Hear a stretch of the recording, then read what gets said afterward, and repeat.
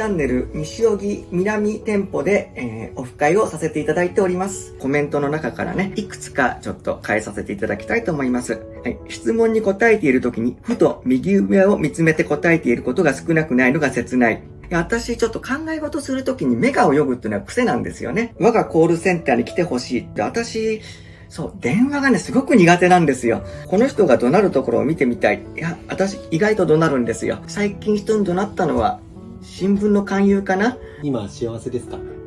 そうですね。もう、かなり幸福感に満ち溢れた生活をしてると思います。ここ2、3年で良くなったってほど良くはなってないかもしれないですけれども、自分の苦しめていた自分への偏見とか、一緒に活動してくださっている皆様と接するうちに、1枚ずつ剥がれていった結果、幸福感をすごく感じることができるようになっているという感じです。デモシカアイドルを作曲された大峰明さんをインタビューしたいと思います。作曲はどのような方にされたんでしょうか？現トリアエスという名前で、地下アイドル活動をしているキララさんという方の、デモシカアイドルという曲を書かさせていただきました。大峰さんはご自身にどのような特徴がございますか？ストレス溜めやすいんで、なんですか、いわゆる精神疾患といったもの。ご病気になられたきっかけはどんなことでしょう18、19の時の浪人生活ですね。父親や両親の期待も大きかったんで、パニック発作と抑うつのような状態になって、それは今でも大峰さんの中で戦い続けてるんですか？親がいなくなって干渉してくる人はいなくなったということで、これ憎しみと感謝だと思って、でまず気づいたっていうのが一番大きいですね。安井道夫写真作家です。日本のデザイナーとかディレクターと合わなくてね、あの仕事はフランス、イタリアを起点にヨーロッパでやってたんですね。先生、日本で有名なコマーシャルに流れてたじゃないですか。ネスカフェね。テレビつけると流れてましたもんね。あれはね、スイスの本社のネスカフェの社長がどうも僕の写真をどっか見たらしいのね。それで気に入って写真家探せってことでなんか探してたらしい。そのコマーシャルに使われたりするとギャランティーっておいくらぐらいになるんですか？代理店の方で決まってなかったの。だからある意味僕の要求通り出たんですよ。で、先生がお写真を撮って世に出ていかれた方たちも随分いらっしゃるんじゃないですか？この子はナポリの田舎娘だった。もうスーパーモデル、もう超一流で、日本でも先生デビュー前の方撮ってるじゃないですか。小雪とかね、ああいうのもほとんどデビュー前にパリで撮ってるんですよね。親ガチャにより毒親を引いてしまったミコちゃんです。お前はこれがダメだとか、お前はなんでこんなことをするんだとか、そう言って暴言を吐いたり、時に暴力とか力強さでねじ伏せようとします。毒親を持った方の特徴っていうのはどんな感じなんでしょうね？自信がないです。学校にいる間はどんなお子さんでした？落ち着きがなく毎日怒ってる子供でした。人を見ておどおどする大人になりました。楽しいこともあった？その頃から女装したりとか。女装なんてできるの？自衛隊の中で。送別会の時にやりました。巫女コスプレっていうのはいつもされてるんですか？神に仕えている気持ちになり、皆様のためにお祈りできる気持ちになります。巫女コスプレをしていなかったら今でも両親のことは憎んでいたと思います。毒親問題が不思議なくらい解決できたんです。豆腐屋子と申します。お豆腐やお惣菜を100キロぐらい積んで、このラッパを吹きながら歩き始めて19年になります。豆腐を売る前は何をやっても何も続かなくて、すぐクビになってしまうっていう状態でした。そのお豆腐の引き売りをしようと思われたきっかけはどんなことでしょう？リアカーを引いて街に出て、ぬくもりを届けませんかって書いてあって、私は腕は何もないけど心だけならきっとあるってそう思ってリアカーを弾き始めました。雨でも雪でもどんな天気でもラッパーを吹いていくと、一人暮らしのおじいちゃんやおばあちゃんたちが待っててくれるようになりました。助けてが言えない子供たちに届けたいと思って引き売りで出会ったお客様とのエピソードが入っていて、これを全国の学校図書にしたいってそう思って今頑張っています。和装女装の桜崎さゆりです。和装女装をされたのは4年くらい前から始めました。初めて女装された時どんなお気持ちでした？綺麗にメイクしてもらった自分を見た時に新しい自分に出会えたっていうすっきりとした気分。考えてみたら別に変なことじゃないよね。っていう風な考えになって、自分がやりたいことをやって楽しんでいるので、気にしなくなりました。やってみようかやってみないか、ちょっと悩んでる方は、それが正解か間違いかっていうのは人それぞれであって、実際やってみたら、すごく良かったっていう気分にもなると思うので、お金じゃ変えられないそういった嬉しさ、楽しさ、それがあると思うので、女装ライフは本当に楽しい？楽しいです。なので今までこういうことして楽しむんだなっていうのは全然思ってはなかったんですけど、もうやって本当に良かったなってのは思います、今は。女装して過ごすことが大変なお仕事だったりとか、なんか辛いことも乗り越えられてきているのかなって感じはします。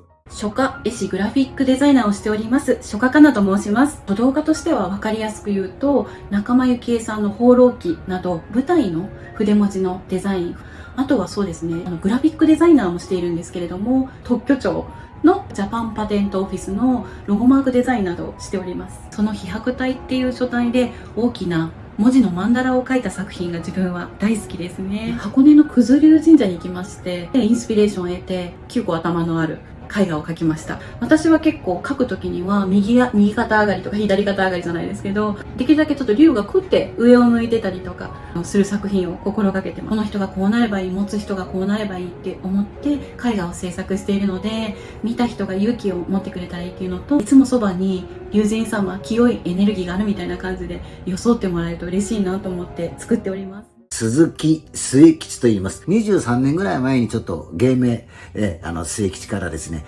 寿英吉と書いて、同じように末吉と読むんですけども、ちょっと芸名を変えました。末吉さんは芸能生活が何年になりますか？来年50周年ですね。もう芸能界に入られたきっかけって？16歳、高校2年生の時に、素人が参加する番組がありました。TBS の銀座ナウという番組。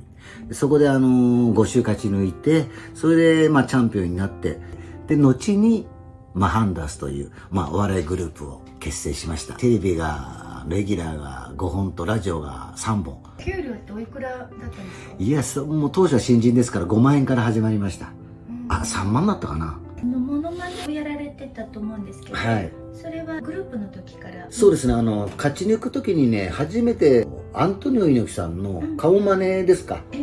それをね、初めてだからテレビでさせていただいたんですよ。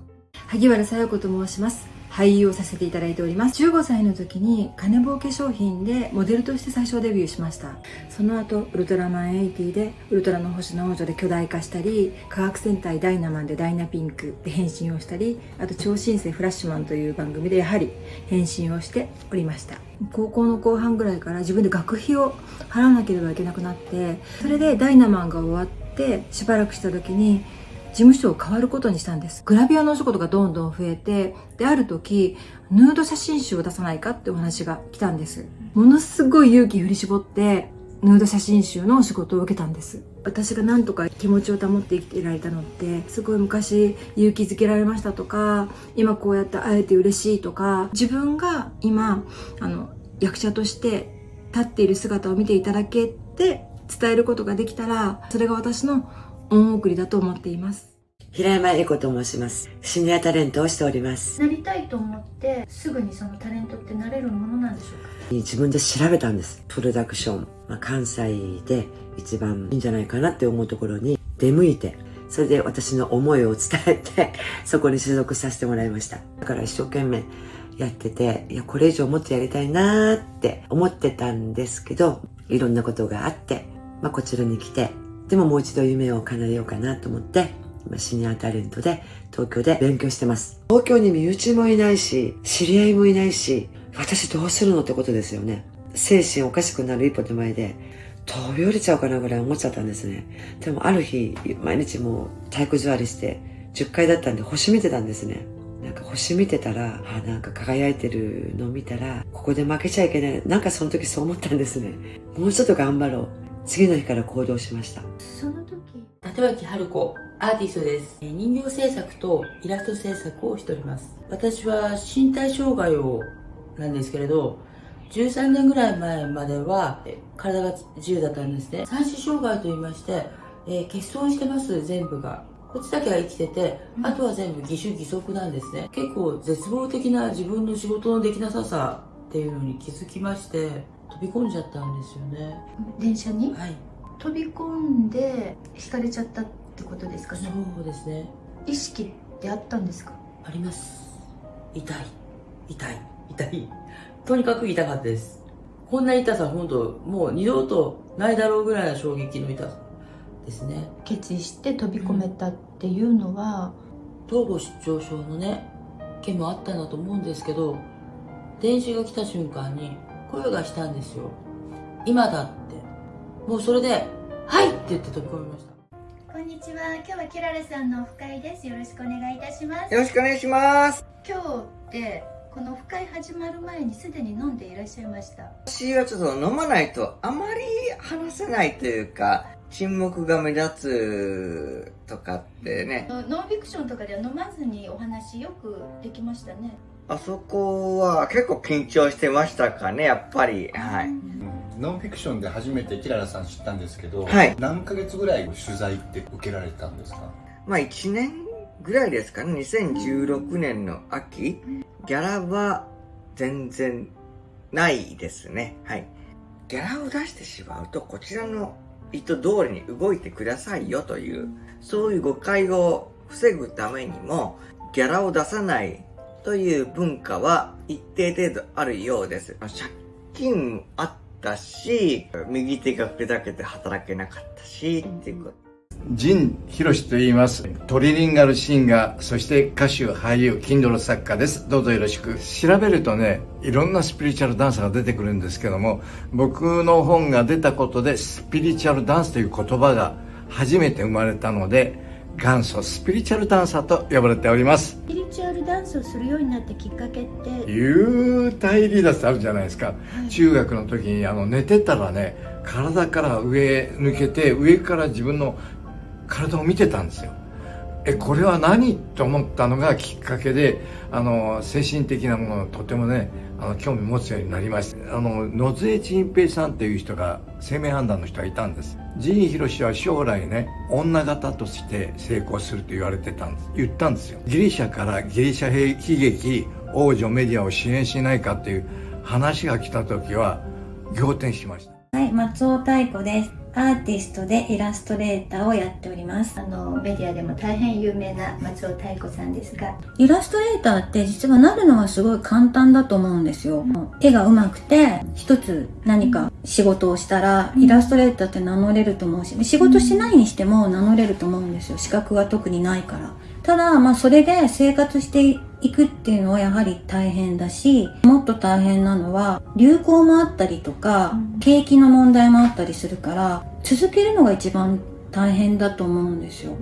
ちょっと仕事が減ったなと思う時に、じゃあ何しようかなって考えながら今まで来たって感じです。ずっと順調なわけではなくて、あれ1ヶ月以上全然仕事の依頼がないとか、そういうこともありました。で、私やっぱりインプットをしないとアウトプットがなかなかいいものができないと思ってるんで、旅行に行ったりとか、美術館に行っていい作品を見たりとか。はい、池川明と言います。産婦人科をやってます。池川先生は体内記憶研究の第一人者でもありますけれども、お腹にいた時とか、あとは生まれてすぐ、記憶がないはずだっていう時期に持っている記憶を生まれた後で喋るという現象を体内記憶というふうに呼んでるんですけれども、子供たちに体内記憶ありますかって質問すると、受精する前の話とかですね、前世の話も出てくるんですね。ですから生まれる前、もしくはその周辺の普通だとないような不思議な記憶という捉え方で体内記憶というのを説明しています。お子さんは親を選んで生まれてくると親選ぶし 100% 信頼しています。だから死にたくなるあなたも 100% 親を信頼して生まれてきたのに、自分の信頼に応えるようなことはされなかった。でも親なりに精一杯頑張ったんですよ。立脇春子、アーティストです。春子さんには以前電車に飛び込んだその後の私という動画に出ていただいたんですけれども、たくさんの方にご視聴いただきまして、ありがとうございます。コメントもすごくたくさんいただいてるんですね。そのコメントに対して春子さんの方からお伝えしたいことがあるということで、この動画を撮っております。やはり飛び込んで、その遅延とか鉄道関係の方が迷惑するんじゃないかっていう、そういうコメントもやっぱり多かったんですけれども、今となっては本当にその通りだと思いまして、で、あの時何もそういうことにコメントしなかったところ、自分で反省しております。すいませんでした。私が甘いですよって、軽く言ってしまったことが、批判をコメントがあったんですけれど、あれは自分の過去に向けて言った言葉でもあります。なぜかというと